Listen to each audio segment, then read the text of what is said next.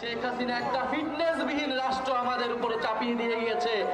পদ্মা সেতু rail line, metro rail, elevated expressway, third terminal, Hatirjheel প্রকল্প, Purbachal 300 fit, উড়াল সেতু নির্মাণ, বঙ্গবন্ধু যমুনা সেতু, যমুনা রেল সেতু, সমুদ্র সীমা বিজয়, বঙ্গবন্ধু স্যাটেলাইট, রূপপুর পারমাণবিক বিদ্যুৎ কেন্দ্র, Karnaphuli tunnel, Cox's Bazar rail line, Cox's Bazar আন্তর্জাতিক বিমানবন্দর, ঢাকা ও চট্টগ্রাম এক্সপ্রেসওয়ে, দায়রা বিদ্যুৎ কেন্দ্র, রামপাল বিদ্যুৎ কেন্দ্র, মাথারবাড়ি তাপ বিদ্যুৎ কেন্দ্র, 119টি বিদ্যুৎ কেন্দ্র স্থাপন, পায়রা সমুদ্র বন্দর, 100টি ইকোনমিক জোন,